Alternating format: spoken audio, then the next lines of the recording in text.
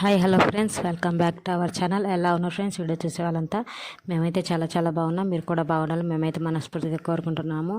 ఇవాళ అయితే నేనైతే బిర్యానీ చేసుకుంటున్నానండి. బిర్యానీ అంటే చికెన్ బిర్యానీ కాదు, మామూలుగానే పలావ్ లాగా చేసుకుంటున్నాను.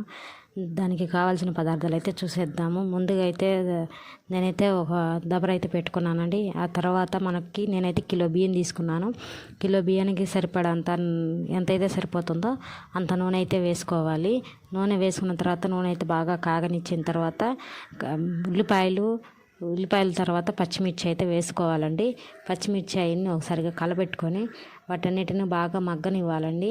నేనైతే మధ్యలో కొద్దిగా నెయ్యి అనేది పలావ్లో వేసుకుంటే టేస్ట్ బాగుంటుంది కదా, అందుకోసమనైతే నేను కొద్దిగా నెయ్యి అయితే వేసుకున్నాను. నెయ్యి వేసుకున్న తర్వాత చెక్క లవంగాలు అయితే వేసుకున్నానండి. నేను కొద్దిగా మధ్యలో అయితే వేసుకున్నాను. అలాగే ఇట్లాగా మొత్తం బాగా ఎర్రగా వేగేటట్టు చూసుకోవాలి.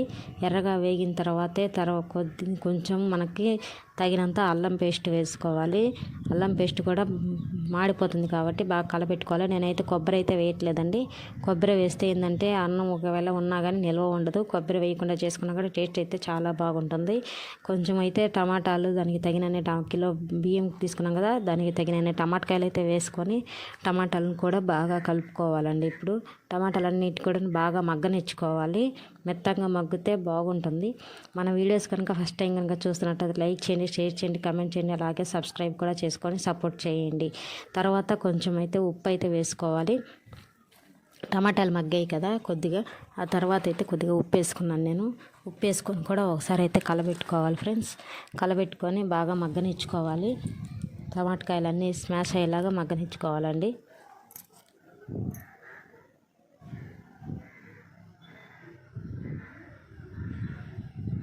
చూశారు కదా, వీడియోలో చూపిస్తున్నట్టుగా బాగా మగ్గితే బాగుంటుందండి.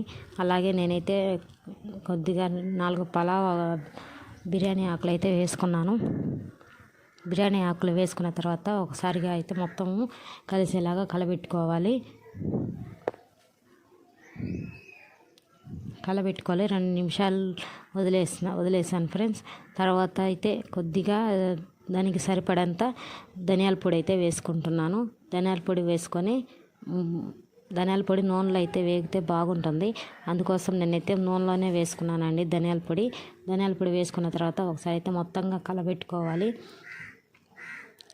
కలబెట్టుకొని ధనియాల పొడి వేసిన తర్వాత కూడా కొద్దిసేపు బాగా మగ్గనిచ్చుకోవాలండి. నేనైతే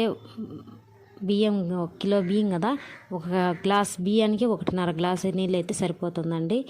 అందుకోసమని నేను ఒక గ్లాస్కి 1.5 గ్లాస్ నీళ్ళు అయితే పోసిన తర్వాత మళ్ళీ ఒకసారి మొత్తంగా కలబెట్టుకొని మూత అయితే పెట్టుకోవాలి.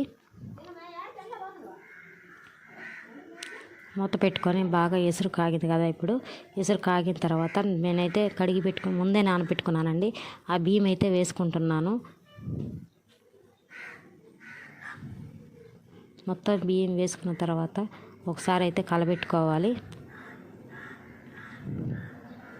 సరే కదా, కలబెట్టుకొని ఒకసారి మళ్ళీ మూత పెట్టుకోవాలండి. అది ఉడుకుతుంది, అప్పుడప్పుడు చూసుకుంటూ ఉండాలి. చూశారు కదా, మళ్ళీ ఒకసారి మూత తీసి చూసాను.